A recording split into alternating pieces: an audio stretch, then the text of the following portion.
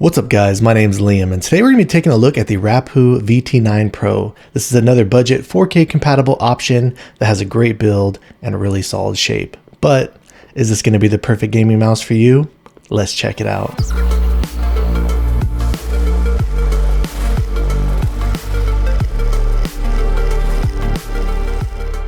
And before we get started, I did want to let you know that Rapoo sent this out to me, but everything you'll be hearing in this video today will be my own words and my own opinions. Here's a basic overview of what the boxing looks like.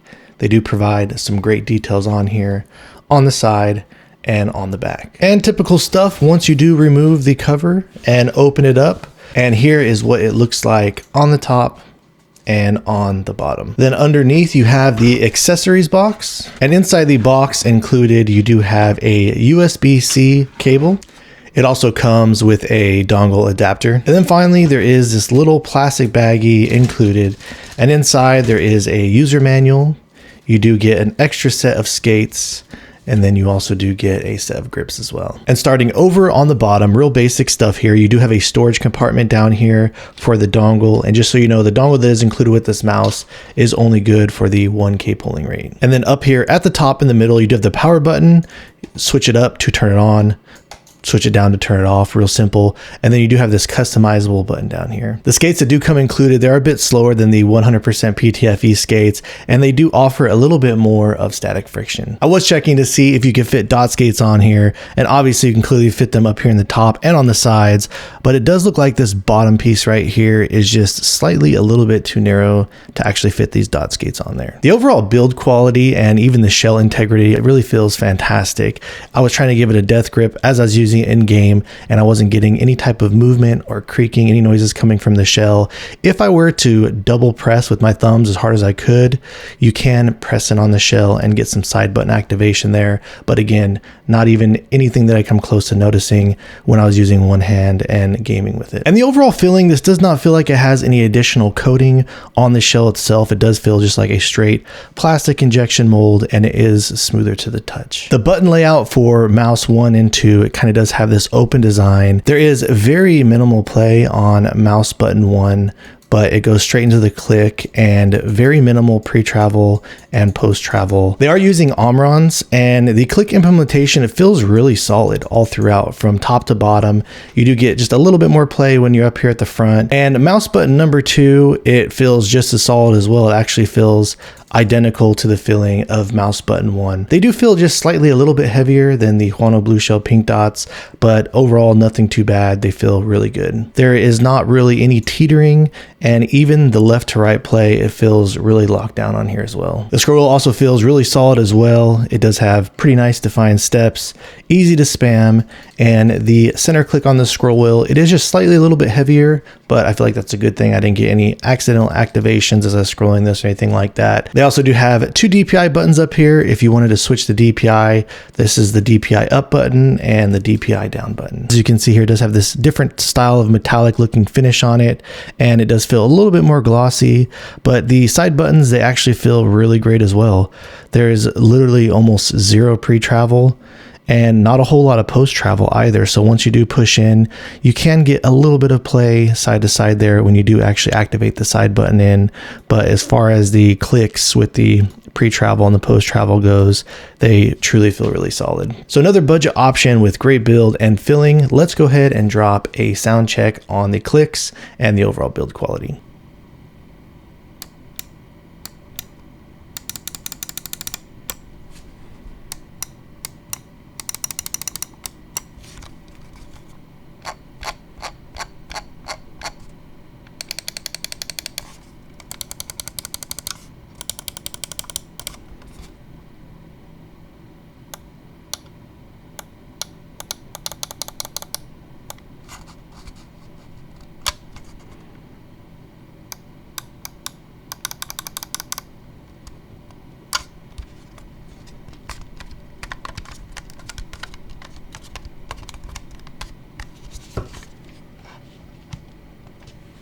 This is using a massive 800 milliamp hour battery in it. It's estimated to get around 160 hours of use with a 1K polling rate. And on my scale, it looks like it's coming in at approximately 67.4 grams. They've also done a very solid job with the weight and balance. It has a great front to back balance and even feels solid on the left to right as well. The VT9 Pro uses a Nordic MCU inside, and it's actually different because instead of the 3395, they actually did go for the 3398 sensor in here. And there is a little bit of different options once you do actually open up the software itself. It offers you a lot of options to customize macros and stuff like that. But if you were to come down to this tab, it does allow you to adjust your DPI. You can simply add as many DPI settings as you want here, as you can see listed, or you can disable these if you only wanted to use just a few or even just one. And then coming down to this tab is where it will enable you to adjust your pulling rate. And one thing that is different about this mouse is they go really specific with the liftoff distance. You're allowed to go from 1 millimeters to 2 millimeters, but in between it does allow you to adjust it and fine tune it in increments of 0.1 millimeter. The software doesn't currently allow you to adjust any other types of options as far as disabling or enabling motion sync or even adjusting the debounce setting. The pricing for the mouse by itself is coming in right around the $50 price range,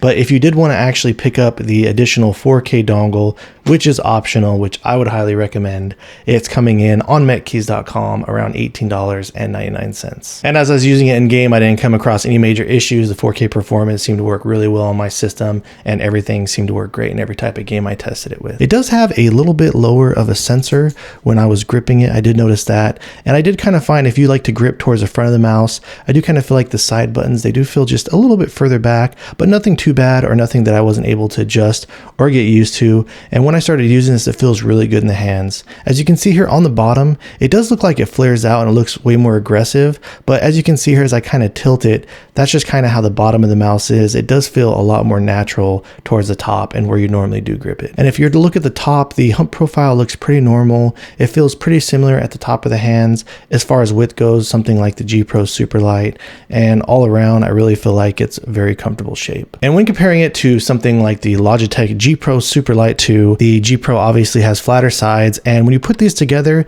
it does feel just slightly a little bit more wider with the GPro Superlight. The VT9 Pro, it does look a little bit shorter as well. The way that they curve off the sides, the total width when you're holding them at the top of your hands, they don't feel that far apart from one another. On the top of the GPro Superlight 2, it does have a little bit more aggressive of a mid hump, and it does stick up a little bit higher.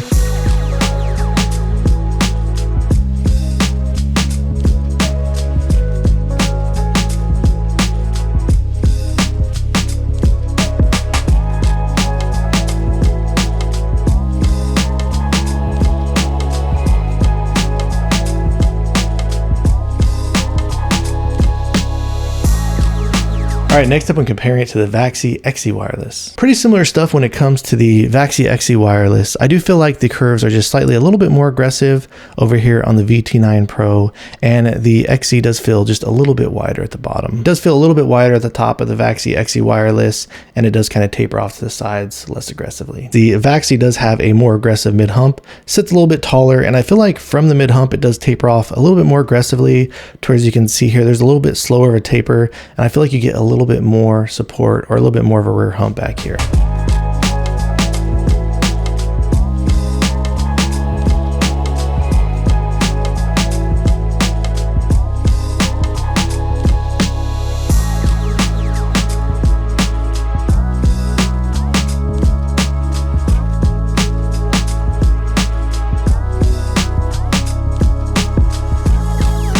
All right, and then finally we'll compare it to the Razer Viper V2 Pro. Both of these have a pretty similar curve profile in terms of filling. I do feel like on the Razer Viper V2 Pro, it does feel a little bit more aggressive.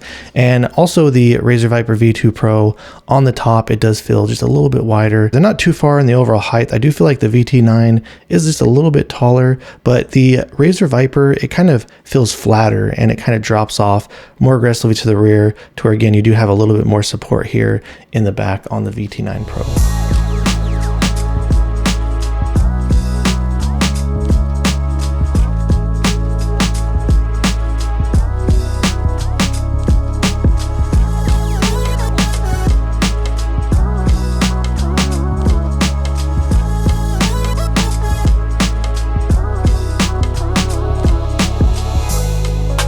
Alright guys, so that about wraps things up on the Rapoo VT9Pro. As I already mentioned, I do feel like this is a really solid option. It has easily availability. You can pick it up off Amazon. Unfortunately, I don't see the 4K dongle currently available on Amazon. Hopefully that is something they can change in the future. But if you were to pick this mouse up alongside the 4K dongle, I've been really enjoying the performance of it, and especially for the price, I really feel like it plays great in game. Alright guys, so if you have any questions or feel like I left anything out, please let me know down in the comments below. If you've enjoyed watching this video and you're interested in more videos like this in the future, please drop this video a like and subscribe to my channel. I've left affiliate links for some of these products down in the description below if you are interested in picking them up and supporting the channel. Thank you for watching, and I look forward to seeing you in the next one.